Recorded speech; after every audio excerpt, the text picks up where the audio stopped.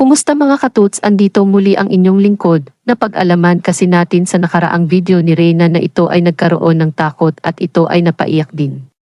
At dahil sa tingin ko ay kilalang kilala ko na ang prinsesa, ay bibigyan natin ng mas makatarungan na paliwanag kung ano ang talagang ikinatakot nito. At kung bakit din siya umiyak pagdating sa bahay nila. Una, nadatnan ni Kalingap Ian at Jomar si Reyna na may hinihintay sa labas ng school at tinanong nila kung sino ang susundo sa kanya at ang kanyang sagot ay si Jomar daw. Ano Reyna? Hello! Nag-school. Sa Ate Roda? Hinintay daw niya si Ate Roda? Reyna, halika. Oo, halika. Bless. Asan si Ate Roda? Ay, hinihintay mo yung sundo mo? So, akala ni Ian at Jomar ay si Kalingap Jomar ang tinutukoy nito at hindi nila alam na Jomar din ang pangalan nung talagang susundo sana. Reyna? Sinong masundo sa'yo? Si Jomar po. Si Kuya Jomar? Sige. So, yung sundo mo baka mag-alala. Tricycle yung masundo baga sa'yo na tricycle. Sasabihan na lang natin na papachat ko na lang kay Ate Roda, ha? So tara na, sa amin ka muna. Hatid na namin ikaw sa apartment. Tara. Niyaya na nila si Reyna na sumakay upang sila na ang maghatid at sasabihan na lang daw nila si Roda para sabihan din yung talagang sundo ni Reyna na huwag nang tumuloy. Pero habang binabaybay nila ang daan pauwi ay makikitaan mo ang prinsesa ng takot at pagkaligali. Bakit kaya? Ang sagot ko po dyan ay, kung naaalala ninyo noong una pa lang na pumasok si Reyna sa school ay nagkaroon ng kasunduan sa pagitan ng teacher ni Reyna at Roda na kapag hindi masusundo ni Roda personally si Reyna ay sasabihan ni Roda ang teacher kung sino ang susundo. At alam din ito ni Reyna at kanya itong tinandaan dahil kabilin-bilinan sa kanya na huwag sasama kung hindi niya kilala ang susundo sa kanya. Kaya ito ang naging dahilan kung bakit nagkaroon siya ng takot dahil pakiramdam niya ay hindi niya sinunod ang bilin ng kanyang mama Roda. Tsaka parang ang ayos na ng ano niya ngayon, no? O, parang, paano ba? Ang ganang aura. Ang ganda ng aura niya. Parang maaliwalas. Oo, tsaka parang marunong siya mag-ayos sa sarili niya, oh. Ang grabe na improvements. Nakakatuwa po. Nakakatuwa sa ring na. Ako rin, nakilala mo ko? Kuya?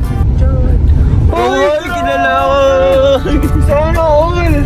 Pangalawa, pagdating nila sa bahay ay tinanong kaagad siya ni Roda kung sino ang sumundo sa kanya. At ang sagot ng prinsesa ay hindi daw niya kilala. At dahil sa tanong na yun ay lalong inakala ni Reyna na baka pagalitan siya ng kanyang mama Roda. Lalong-lalo na nung nagsalita si Kalingap Ian na, bakit ka sumama kung hindi mo kami kilala?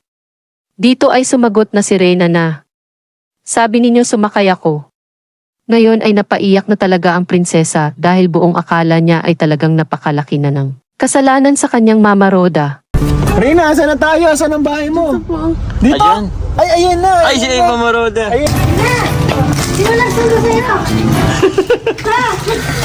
Kasi Ate Roda po, kalingap. Sino nagsundo sa kanya?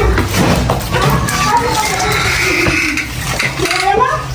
Grabe. Di mo kami kilala, ba't sumama ka? Bambira. Sino po sakay? Ah? Sakay po. Anong sakay? Opo. Oo, sakay ka na. Kilala mo yan? Kilala mo ako? Uy. Kilala mo ka, Vietnam. Kilala mo ba? Oo. Kung saan lumabas eh. Okay ka lang ba? Ba't ka naiyak? Kilala mo sila si Kuya Ian, Kuya Jomar. Kalma, natakot. Ba't may takot? Kuya Jomar. Kuya Jomar, Kuya Ian. O mga kuya. Apil. Lagi ako napunta dito. Lagi kitang kinakamusta. Kilala mo, huwag ka umiyak. Nanibago siguro. Iba yung inanuhan niya. Ayun. Huwag ka naman kinabahan ka pala. Kala ko, masaya tayo doon kanina.